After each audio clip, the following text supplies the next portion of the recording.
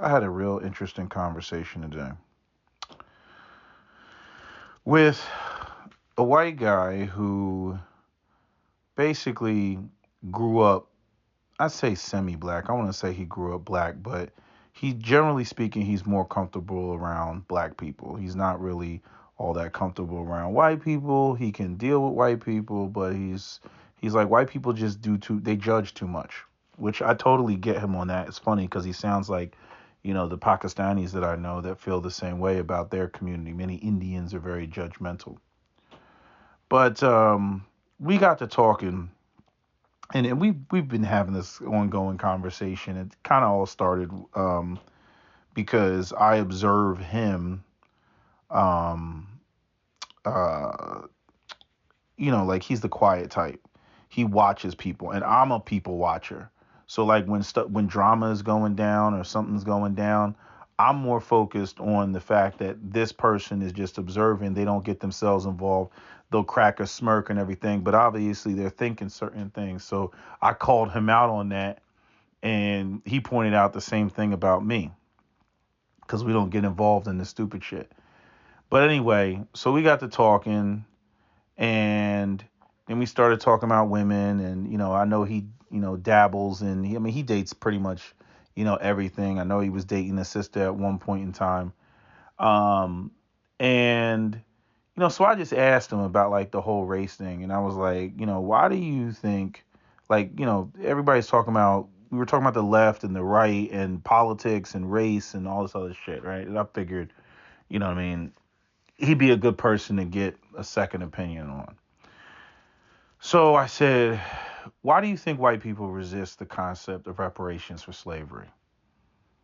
Even though I don't even have to go back to slavery. I go to, Jim Crow, redlining, blockbusting, all that stuff, right? And, he gave a couple examples or a couple reasons, the typical ones. Well, nobody was a slave. Nobody's a slave today that was a slave back then. He brought up, the what are people going to do with the money? And I was like, well, I'm like, what they do with the money is irrelevant. The fact of the matter is that it's owed. But anyway, he brought up a reason that very closely aligned with what my other white friend said, which was that um, black guys cheat the system. And that's been on my mind forever. And I had him unpack, what I was like, what do you mean by black guys cheat the system? And basically, in so many words, he said, as a white man, in order for me to, get women like how he sees black guys getting women, he has to produce, he has to provide, he has to have these things. Things have to be in place. Like he has to live up to the stereotype of being a productive white man. He can't get women off of swag. And if he did, it would just be, him being a wigger or him imitating black men. Like there's no concept of white men having their own swag. And black guys just seem to just be able to go out here just effortlessly, off of the gift of the gab, off of game, whatever, to be able to get women how many white men want to get women. And, mileage may vary. You obviously got, white guys that don't have any problem getting women, but then you got other guys, whether it's class, whether it's their style, whatever, maybe they're in the wrong area, like a guy that's from, I don't know, freaking Kentucky, he's going to have a hard time hollering at women in Manhattan. They're going to hear the accent. They're going to say country bumpkin. So there is a whole class, demographic thing, that goes on. But in any event, it's, what the first white, well, not this white guy, but the first white guy said that brought up the whole thing about black guys cheating the system. That's I mean, just the phrase just kind of like, you know, it just makes my head spin just thinking of it. I'm like, cheating the system. I'm like, you're the dominant member. Says, how are black guys cheating the system? And it kind of dawned on me with the idea of the way that we're promoted, because you don't see this with any other group. You go to Japan, Yakuza is underground. You go to Russia, the Russian mob, is underground. You go to Italy, the mafia is underground. You go to Mexico, the cartels are underground. Like, they're not plastered all over the place. They don't do halftime shows. They're not on billboards. They're not selling, items on television. They don't do commercials. None of this stuff. But in the black community in America, in or say from the black community in white America, in white media, white men, Jewish men, they've, figured a way to commoditize. What's the word? Commoditization. I don't know what's the word I'm looking for. But anyway, they figured a way to make money, on black men, black athletes, black culture, black music, right? And it doesn't matter whether it's detrimental to whoever, even though the largest consumers of hip hop are, white people. It doesn't matter. So in any event, what was I gonna say? Oh yeah, getting back to the other guy. So one of the things that he said that stuck out to me, getting past all the other, like, the more obvious reasons, was jealousy. I was like, you gotta unpack that. I'm like, what do you mean jealousy? He's like, I'm just telling you, it's just jealousy. And he said that, it's like when white guys see black guys, they see what you see on TV. So I said, so it's the promotion. And he didn't understand what I meant by promotion because, we'd say that online. But I was like, promotion in the media. Like, like the athletes and the entertainers. He's like, yeah. You got Jay-Z or whoever. They got this car. They got LeBron James, multi-millionaire and everything. That's what they see.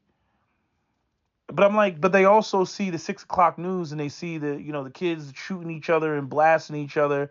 He's like, yeah, but they don't get like the underpinnings of that because he used to hustle himself. So he knows like the streets and why people do it and all that other stuff because they're trying to make money.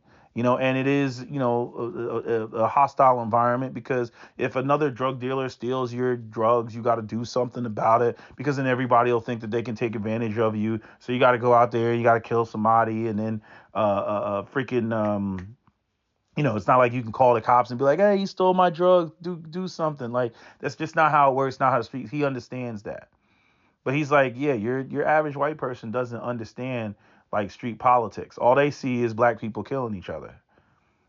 So what was the other thing? How am I going blank? So I asked him to unpack the whole jealousy thing, and it paralleled the whole black men are cheating the system. He brought up pretty much the same point that I brought up. Like, I'm like, why is there this animosity with like black people specifically? And the obvious one, and I threw this one out there, so I can't say that he said it. I don't want to say I put the bug in his ear, but I was just like, like what Malcolm X said. He was like, well, what did Malcolm X say? I was like, that white people are afraid that if black people ever get themselves in a position of power, that they're going to do unto white people as white people have done unto black people. He was like, I could see that. I could see the fear in that. And this is one of the things that, like, this is one of the reasons why I'm an atheist. I can't subscribe because like, even this video that I was going to post on my community tab about Qatar, and I didn't even know about the politics of Qatar and their like LNG, what is it, liquefied natural gas, and how Qatar makes all its money and has like basically like no population whatsoever.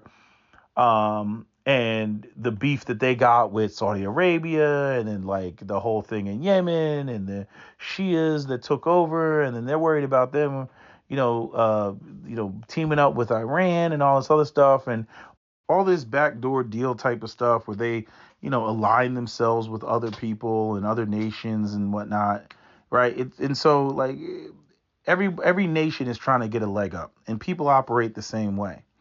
And when people have advantages, they don't give up those advantages. They embrace those advantages. Again, I look at planet Earth like we're bacteria in a petri dish fighting for the same space. We live on a finite planet with finite resources, and people are fighting over those resources, control of those resources to ensure their genetic survival. They could care less if they wipe out a whole entire another group of people.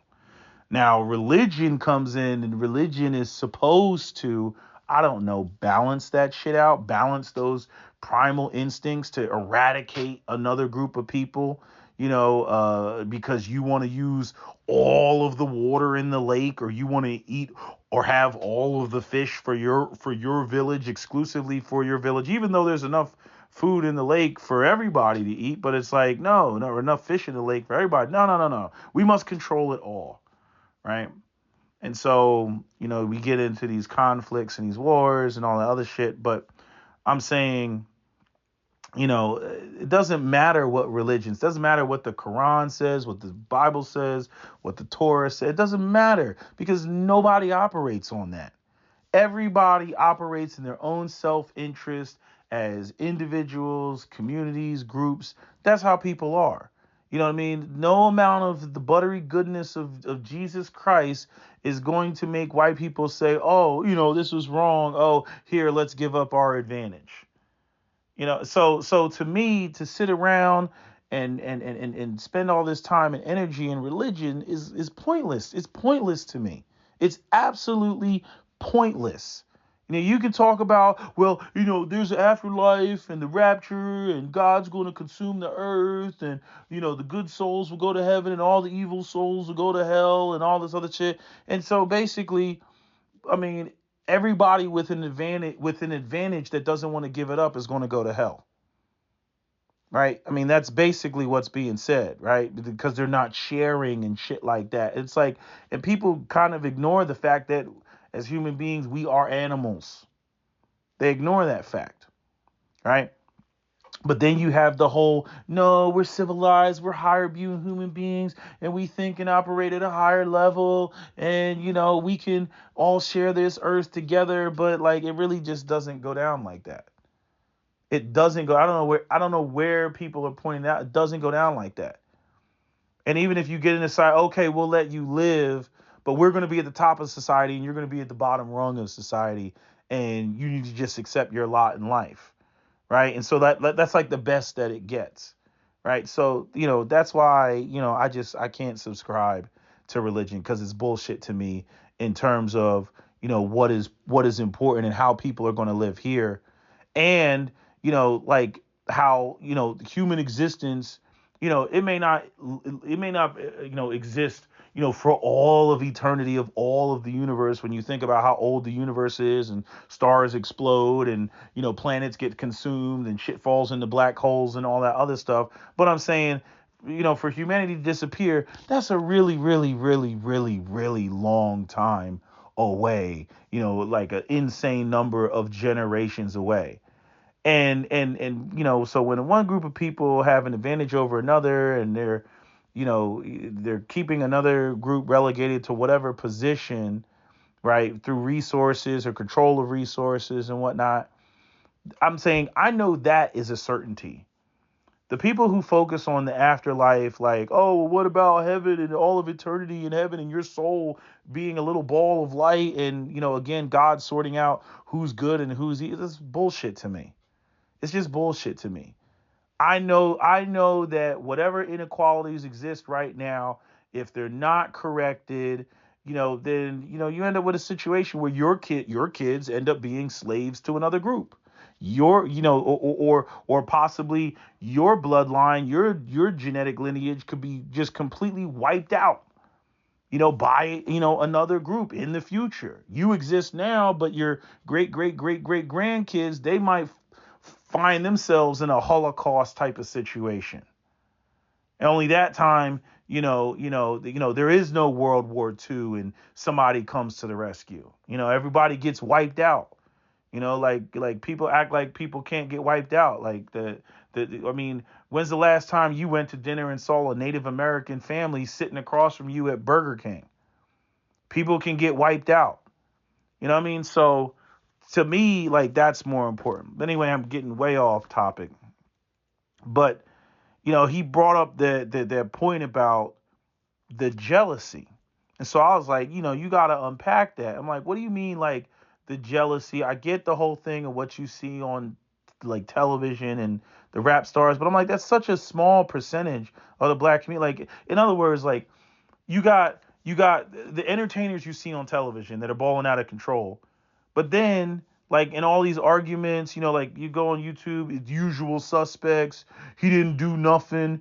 You know what I mean? Freaking, oh, that's Obama's son, right? All these things, went around. Blacks never relax. All that. So I'm like, so in one breath, it's like people will throw up, oh, well, LeBron James is rich. Why does he need reparations? And then in the next breath, they're talking about how there's so much crime in the black community and people are leaving San Francisco because, the blacks, you know what I mean? Like, so I'm like, so in one breath, it's like you try to silence people with, oh, well, this black guy is rich. And then the next breath, it's like, oh, these teenagers are doing smash and grab at the mall, because, they're lazy and don't want to work. And we're going to ignore, like, the freaking, last 100 years of, you know, racism in America, Jim Crow, freaking, redlining and all of the type of bullshit.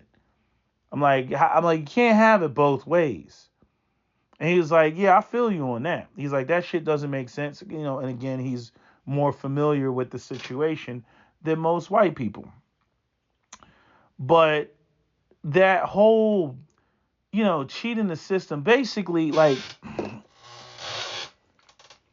and I'm still trying to work like my thoughts through this. It's like one of the things that he pointed out, and it was the same thing that I said. Like when a black guy walks into this space, either in the white guy's mind, in the back of his mind, there's always the thought that the black guy is going to take his girl, or that she'll be, interested in something, because he's big on the hoes ain't loyal. It don't matter what the race is, but he's like, white hoes are not loyal. He's like, that's why he doesn't care about what, his women have to say about, who he's sticking his dick in, because he runs around again, black chicks, Spanish chicks, like he's just whatever with it. I think the last chick he was messing with was a Guyanese chick. He's just whatever with it. But he's just like, they ain't loyal. You know what I mean? We know that they out there fucking black dudes. Like, so, uh, you know, like what do they got to say about what I'm doing? And I felt them on that. I get that. That makes sense. But I'm like, but where does this whole threat? Like, is it like the birth of a nation? Is it the porno? Like, because like you only see black guys in, blacked.com. How come they don't have yellowed.com? Get some Asian men up there dicking some women down, right? But then arguably it'll be, oh, the stereotypes, oh, they got small penises, and so that doesn't make for good pornography. You know what I mean? No, you gotta have like the dude's dick just laying across the chick's forehead like a forearm or something. Like I don't know. But he did point out uh the whole black men being more of a sexual threat to white men than other races of men. And I'm like, but to me that goes back to the promotion.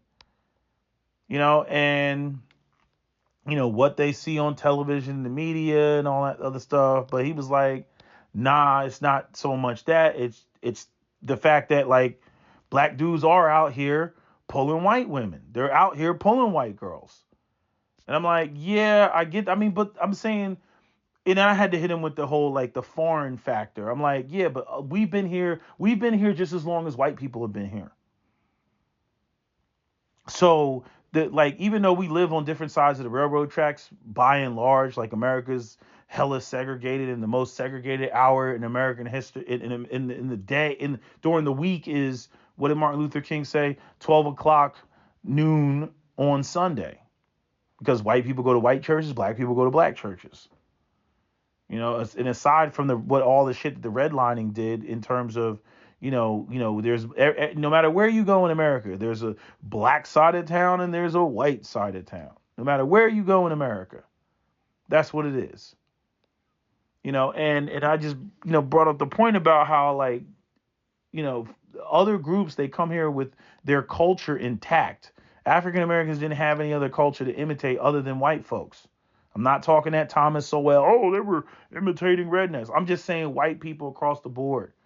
When black people want to demonstrate, when black people, I mean, we speak English, we don't speak any other language. When black people, want to demonstrate their status or wealth, they just do what white men do. They just imitate that shit.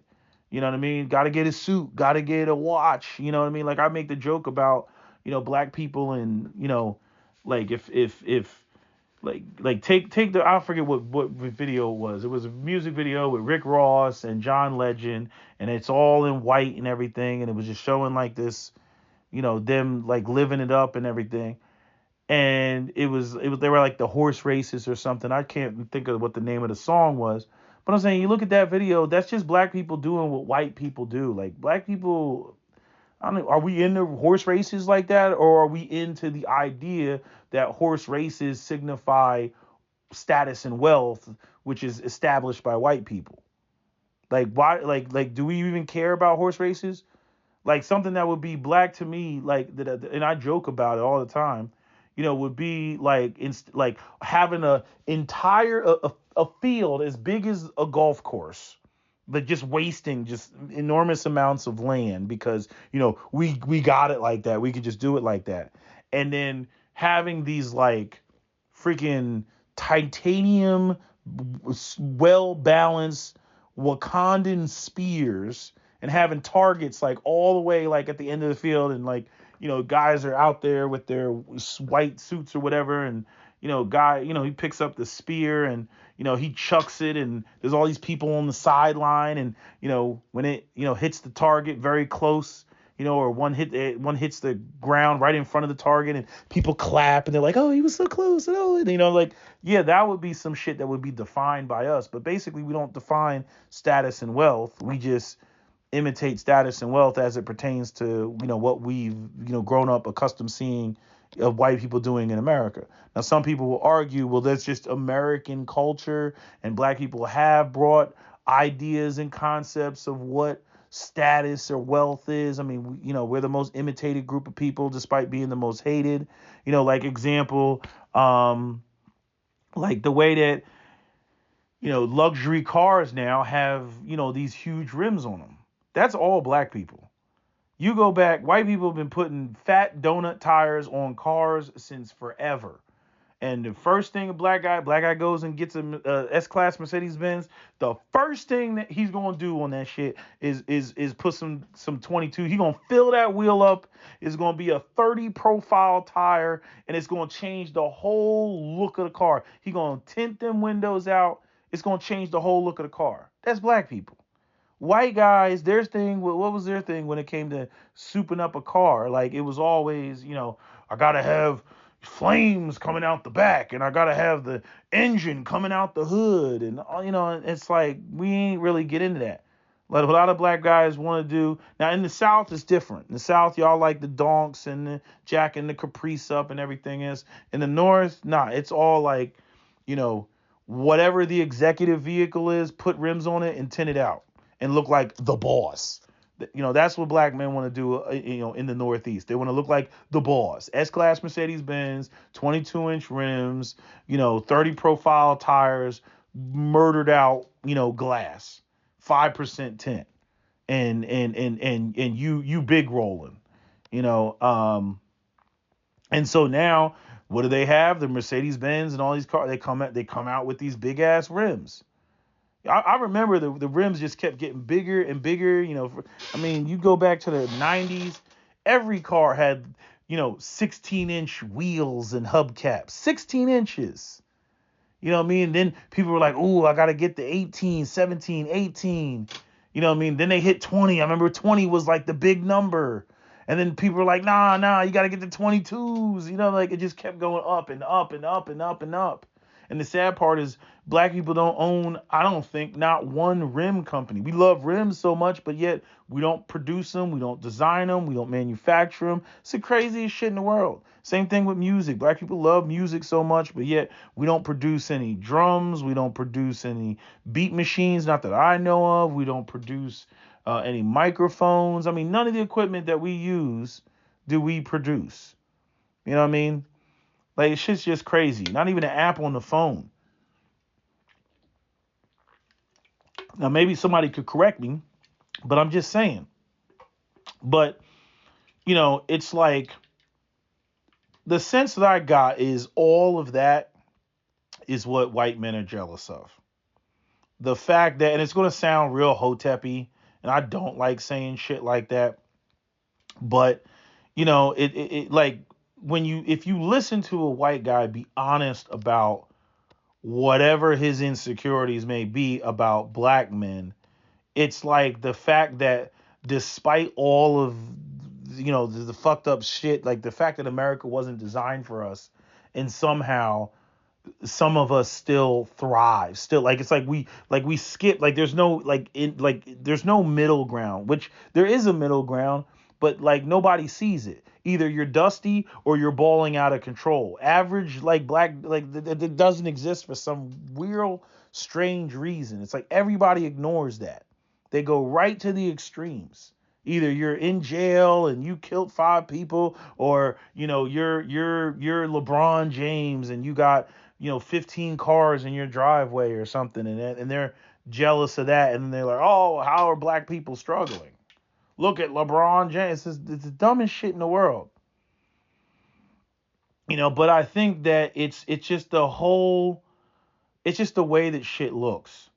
We can sit there, like, we don't really control the music industry, right? We don't really control, what is put out there and how it's really put out there. We don't have 100% creative control like that as black people. Truth be told, I think that there's a lot more other stuff that should get past, whoever the white people who are in control, the white or Jewish people who are in control at these record labels and shit. So all this, all the stuff that Kanye's talking about, in terms of who's in control. We all know that when, Kanye enters a boardroom or goes into, any of these spaces, anytime Rihanna goes into a space and she's dealing with how to sell her clothing line and shit like that, it ain't nothing but white people that's going to be sitting around that damn table. It's going to be a whole bunch of non-black people sitting around that table. Europeans sitting around that table making, all these decisions and shit like that. You're there to be trendy. You're there as a black person to, to basically, be the art, the facilitator, but you're not the ones that's actually making it happen. You don't have the infrastructure to make it happen. They have the infrastructure to make it happen, which is like it's the weirdest thing. And no other group goes to this. I was talking to Cap about this, like with black men, and how like a lot of shit goes to black men's heads. And, I just had to tell him, I just blurted it out. I was like, who else is promoted like us? Maybe it would go to their head if they were promoted, the same damn way. And it's like a freaking oxymoron. Like when you look at like us as black men, it's like, okay, you're the face of poverty and you're the face of the best athletes in the world, and you're the face of, the most trendy music in the world, you know what I mean? And you're the face of, anything cool is defined by you, and if black people don't approve it, then it's not cool. Like, it's the weirdest shit in the world. And maybe it just comes, it's what comes with the territory of being, essentially, the outcast or the pariahs of society, where, you create an underworld, and it's alluring, to the dominant classes, especially those that want to escape, the grind, which goes back to, what my friend said about, black men are cheating the system. Like, in other words, there's this level of envy that white men have about black men specifically, when it comes to, because in other words, it's like, okay, America's racist, black men, they don't have the same shot as white men, at the collective level. And so, black men go off and they create, a subculture where the definitions are different, right? Like the weird thing is, like, we have this weird relationship with money, where it's like black people, they run around, then nobody cares about where you get your money. They just care, do you have it? But then at the same time, we have a culture of coping which tries to deal with poverty, and we reject the ideas of standards as it pertains to money. Right. So we'll say, oh, money is the root of evil, or the pursuit of money is the root of evil. And we'll come up with all these things. Right. But then we respect the drug dealers. We respect, the criminal element, the people who get it out the mud, so to speak, because at the same time, even though they're doing illegal activity, we all understand that it's illegal activity in underneath, or the oppressive white system, that exists, that doesn't really allow black people to navigate, any other way. Again, not at the collective level. White people like to throw up tokens, oh, we have a black guy at the office, right? They like to throw up tokens and act like, oh, anybody can do it, you know what I mean? But they only intend on letting one person through the door. So they throw you this illusion that, oh, anybody can do this. But, you start showing up with too many black people, and then all of a sudden it turns into this, this conspiracy. All the slaves, they're talking about having another uprising again. Like, huh? You know what I mean? So even though they'll say, oh, y'all can, be all you can be, like, not really. And a lot of black people recognize that shit. So it's like, it even goes back to, like, I got another friend of mine, black guy, and, he runs around, he's fooling with white women and shit like that. And one white woman said to him, she was like, I don't know how she said it, but it was like more or less that that it was impressive where he was in life. And he asked her to elaborate on that. And she basically said, because she knows that this is a white woman saying this shit. She knows this system was not set up for a black man. So for a black man to be beating the odds and performing far better than many white men, that says something about his ability, and it says something about who he is as a person, and even his genetic superiority. It's like, how are you doing this well in a country that was not designed for you to do this well?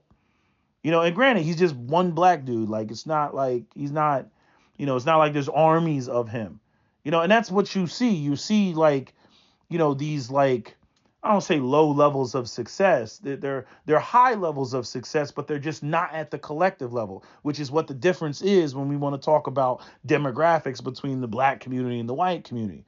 Oh, sure, I could find a black millionaire, I could find a black millionaire, but there's more white millionaires and white billionaires, pound for pound. Like, black, like, it's that those numbers don't even reflect, even if it's like, in other words, like, if we're 13% of the population, right, we should be like 13% of the billionaires, right? Or the millionaires, right? But that's not how it doesn't correlate like that.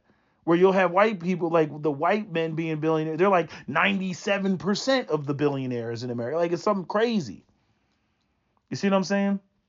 So it doesn't equate. But people somehow have it in their mind. They just see what's immediately in front of them, and they go, oh, this athlete, oh, LeBron James, oh, Oprah, oh, Michael Jordan, oh, what do you mean? Black people got the same opportunities as white people. You know what I mean? Like it's dumb, right? But I do kind of get the whole, like, I'm like, black, there's black men are not like any other group. It's the weirdest shit, because, like, we're shit on, and we're held down, and nobody wants to cater to our needs and all that other shit. But then at the same time, because you get a couple tokens that rise to the top, and they're very visible, more visible than anybody else, then it's like this double-edged sword where we're awesome and we suck at the same time. Or as, like, Dr. T. Hazan Johnson has pointed out, like, we're what do you want to call it? Like we're doing what do you say? We're like something like we're doing the best and we're doing the worst at the same time. Like, it's weird. It's just weird. But there's this strange fascination with that shit. I remember the Indians used to be like that. They would see black guy, like they come here with the idea, like, black is at the bottom, white is at the top, right? They come here with that sort of mindset, but then they're like, you get a lot of them, they want to date white women, but, like, they can't, because of that foreignness, their accent, or, the fact that their family is not Christian, or, you know what I mean? Like the unfamiliarity with them. There's a foreign factor there. And which is, I kind of got ahead of myself, but that's what I was talking about earlier. When it comes to like they're not worried about an Asian dude or an Indian dude or an Arab dude coming through and snatching their girl, off of the strength of him rolling up and spitting some game. You know what I mean? Like, even like with the Arab dude is not known for spitting game. They're known for coming out, on some Arab Emirati shit. I have money, and the chick's like, okay, I fuck with you because he has money. But like, they're like, oh, if he didn't have that, white guy's like, oh, I wouldn't have to worry about that shit. But with the black guy, it's like, nah, them niggas they got big dicks, they got muscles, they're athletic, they got game. Oh, God forbid they have money, like, we're just fucked. And there's a lot of white guys that feel that way. They won't say it, but, a couple of them, if you sit down and talk to them, remember Kat was telling you about, there was some show in the 90s and they had this white guy on there. He didn't care for black people, and he started talking about black people dancing or something like that. And he was like, I see why they go for them and this, that, and thing, because they dance so well, which we know is like, that's like, it's like anytime somebody says, oh, black person does anything well, it's like, oh, they dance good. Like, it's always some dumb superficial shit. I know. But I'm just saying, there's still an acknowledgement of a charisma, so to speak, that white men will be jealous of. And it seems weird. It's like, wait a minute, but y'all on top. Y'all control the economic landscape, right? Y'all control the Fortune 500 companies. Why are you over here feeling some type of way? There's this deep fascination, with black, culture. And it reminds me of like the Beatles and how they went to India and they were practicing, Buddhism or Hinduism. I forget which one they were practicing, but they went over there and you see this. I talked about this in these movies that white people keep making to even further put the nail in the coffin of my point. White people keep making these movies where they feel like they've lost a connection with the world or something, or spirituality, or nature, or just being free. It's like they're suffocating. They're victims of their own success, and they're suffocating, in the confines of the system that they've created for themselves that establishes them as the dominant force on the planet. And so, going back to what my friend said about, like, he has to be the successful white guy. He can't be a black guy. You know what I mean? Like, but technically speaking, he would almost want to be a black guy for, 24 hours or something like that. Because he feels like we're free. It's weird. It's a weird thing. But anyway, going back to the movies, like I said, you see this in movies like Dances. I brought these up before. Dances with Wolves. Right? White guy comes there. He's supposed to, oppress the Native Americans. Gets captured. Learns and appreciate the culture that he knew nothing about. Then develops an appreciate for it, realize he's more free than he's ever been and doesn't have to deal with all the bullshit from Western society. And now he's running around as this Native American, with his, the white woman in Dances with Wolves that was captured from, the Native Americans raiding, a white, town. And then, the person, seeing something in the girl and saying, we're not going to harm the girl, and then raising the girl as a Native American, and she doesn't want to go back to being amongst the white people because she doesn't know the white people because she was raised by the Native Americans, since she was a little girl. You see this in the movie Avatar, right? Guy goes, supposed to get up the stone unobtainium or whatever it was called, the rock that floats and shit, right? So they send the spaceships over there. Dude's in a wheelchair. His twin brother died. He goes, in the body of the Avatar, which is basically a clone alien body. Then he goes in, infiltrates the Na'vi, becomes a part of the culture, realizes the culture is more beautiful. And I mean, and they really made it. I mean, you got to think about, even in that movie, they made it to where his whiteness was so awesome that they had to make him cripple in order to make his whiteness not so awesome. To make his white body less valuable, they had to sever his spine in order to do it, so that he would prefer to be in this blue 7-foot alien body, messing around with the native girl. Right? You see this in the movie, what's the other movie? Last Samurai. Last Samurai, same theme as Dances with Wolves. White guy comes over, gets captured, discovers the culture of his captors, and then switches sides. His own people are calling him a sellout, and then, he, becomes a leader. That's another key thing. They always become a leader amongst, the other people. Same with Avatar. He rode the great pterodactyl, gets on the pterodactyl, does all that shit. Now he rode the great pterodactyl, and now he becomes a leader amongst the people. The only movie that they didn't do that, and I talked about this numerous times before, was District B9.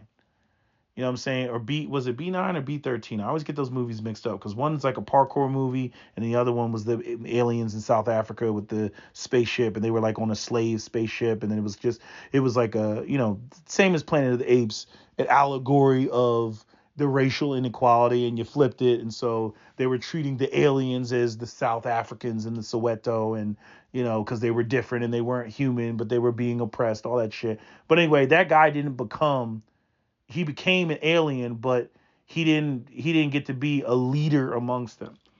Other movies, Enemy Mine in the 80s.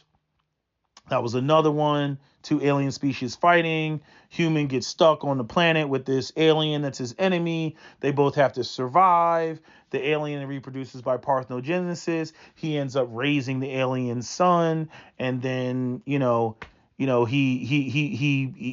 the only human that gets to go back to their planet, and he gets to sing the fish song. He's just he gets to sing the fish song, and his name is his name goes and lives forever in their society or whatever, right? So the white men they always produce these movies where they have this longing of not being white. They want to sample it. And it's always tied to this idea that non-white peoples, and in this case, black people, have this freedom that they get to have in not being white, in being rejected by the dominant society. And it's something that I've always noticed and always picked up on. So they don't fool me, and like with any of their shit. Like I'm like there's something else there. And again, if you have or know white people who are honest enough to say it, you know what I mean? Like, it's honest enough to say it, then you really start to really understand, why you'll get into things like, we reject, reparations for slavery, right? I'm just saying it's a piece of it. I'm not saying it's the only reason. I'm just saying it's a piece of it. So that sort of jealousy, that sort of like you all are free in a way. And so like we don't want to give you the resources or the power to be free and have resources. Like, in other words, I'm in the rat race. You got to be in the rat race with me. You don't get to, be free and not be in the rat race and get the resources that I have to be in the rat race in order to get. Y'all don't get to do that. Because in other words, it's a way they're saying we're not, even if you get the reparations for slavery, we're still not going to accept you. We're still not going to embrace you. So us giving you the resources only equates to you being free and having resources. And we don't want that because we're jelly. So either be in the rat race, right, and essentially play second fiddle, or go be oppressed but be free. This is one of the reasons why I kind of get irritated with black people who want to be free all the damn time. There's a lot of black people that when they saw the movie Avatar, which yes, they did take all the black actors and even Zoe Saldana and make them basically play Native Americans. They got even though they're the Navi and they're blue face, they still like made them ethnic. They were still played by black and brown actors and shit, Native Americans and stuff. That's who played the part in real life. When you get rid of the CGI. So like even non-CGI highlights the point that I'm making. But a lot of black people saw Avatar and they were like, oh, and they took their dreadlocks and they put it in the tree of life, and oh, that speaks to my soul and energy. All that T Noir bullshit. All that I want the knife. I'm gonna start calling T Noir the last airbender. You know what I mean? Or nappy headed jojoba, the last airbender. You know what I'm saying? Like all the wild tutti frutti shit that they're into. All the spiritual shit. You notice like white people, they don't run around. And I know what black people like. Black people love to say, oh, white people, they ain't got no soul. Like even that when it comes to music, they ain't got no soul. And when they play like a black person, it's like, play it, white boy, play it. You know what I mean? Like there's this idea. It's like black people. White people can't cook. They chicken ain't got no seasoning on it. You know what I mean? Like this again. It's this. And I don't even like. It's like I don't even know what's good or bad in that situation. I don't want white people dictating to us saying, "Oh, y'all's magical, so y'all be magical," while they focus on the wealth, right? But then on the flip side, I don't want black people embracing the idea of being magical while white people focus on wealth and resources and everything else and tangible shit. And black people running around talking about who's looking out their third eye and vibrating at higher frequencies. That shit is dumb. You're going to be in last place because you may have a mastery of the spiritual world, but you damn sure don't have a mastery of the physical world. You see, and so and it might be even more nefarious than that. It might be it might be some white men sitting at an oak desk that are like, yes, we're going to promote the idea that black people are magical. This went on with the blaxploitation movies. You know what I mean? Like as though every problem in the black community could be solved with Black Dynamite doing a wheel kick. You know what I mean? Oh, racist police officers wheel kick that motherfucker. Oh, racist white people do a wheel kick.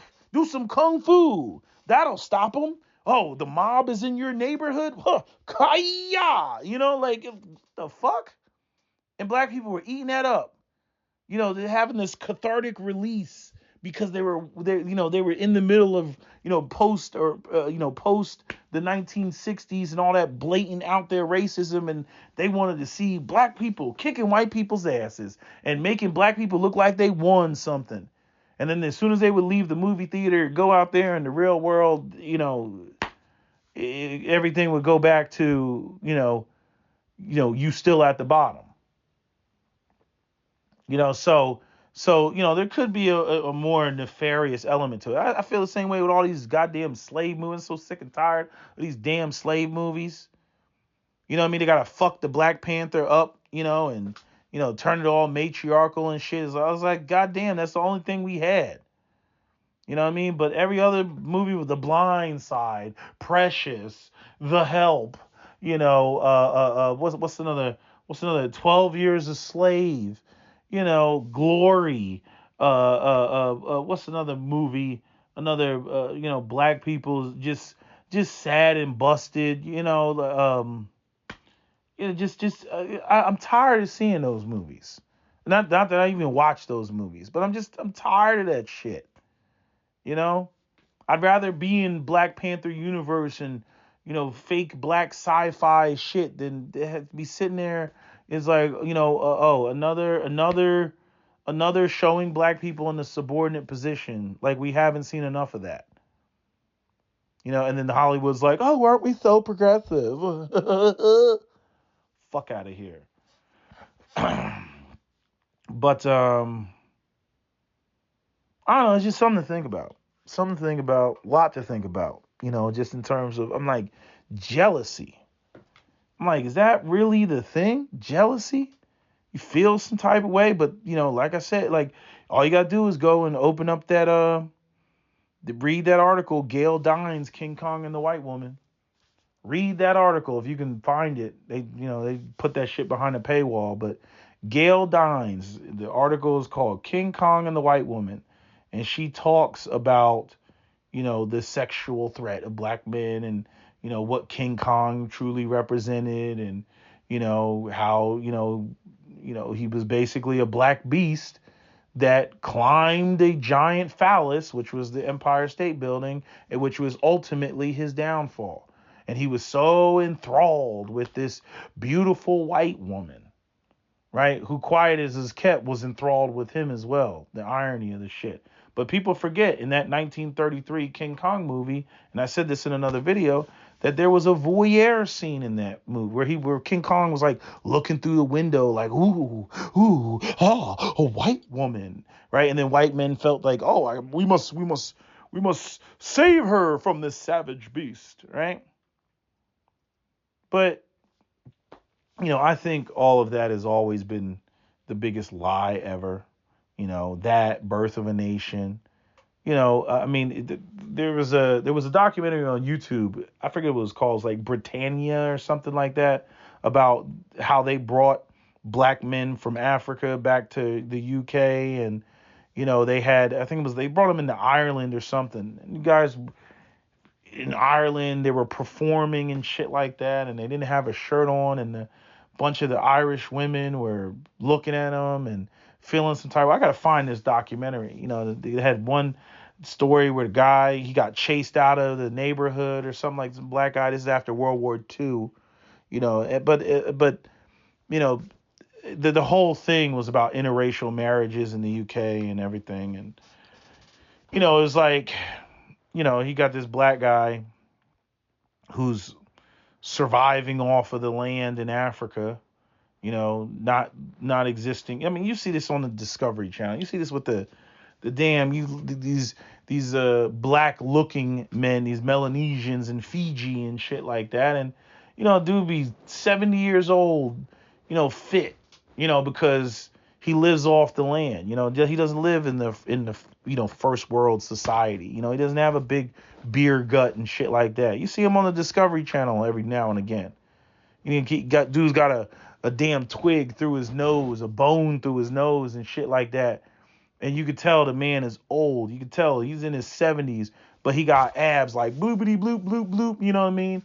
You can see his chest and all that stuff, right? So, they're bringing black men and, showing them off as, these sort of King Kongs, and the white women were moved by that shit. That's what the documentary was saying. They were moved by it, and the white guys were snatching their wives up and bringing them back. Like, it's like,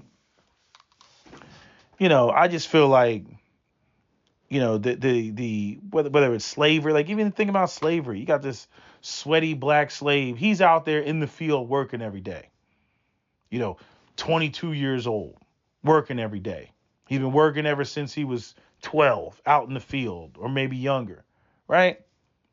Hey, what do you think his body looks like compared to masses who sits up in the big house, smoking cigars, eating, whatever, ribs and freaking drinking wine and shit like that.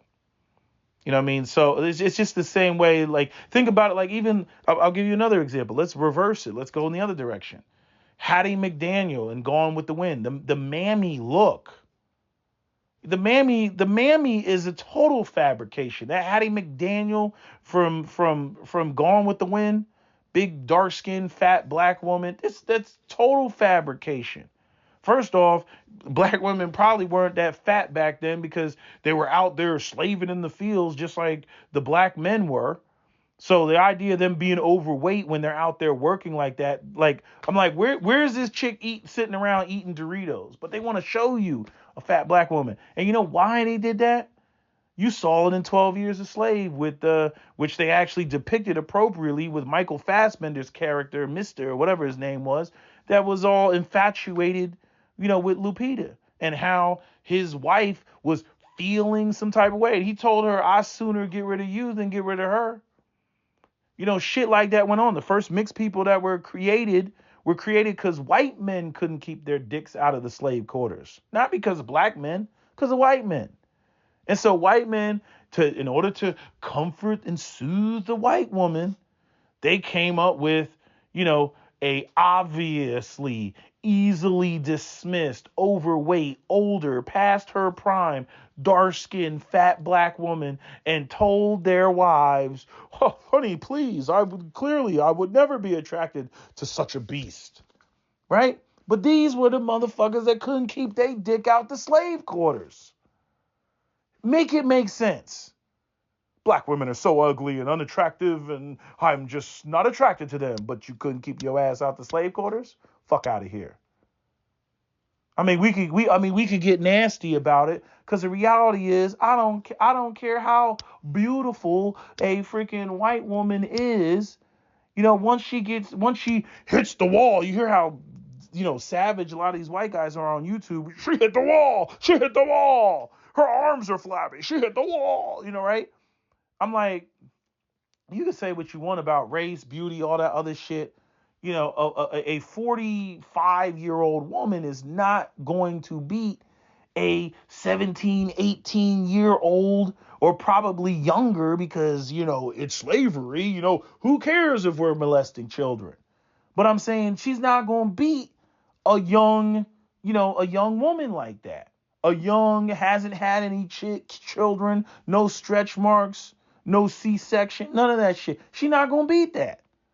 So you already know, what a lot of these masses was about all up in them slave quarters. But in order to make the white woman feel comfortable, they couldn't say, oh, hey, this is what we, honey, I'm not attracted to black women. They go and, get themselves, or paint this fabrication of the mammy.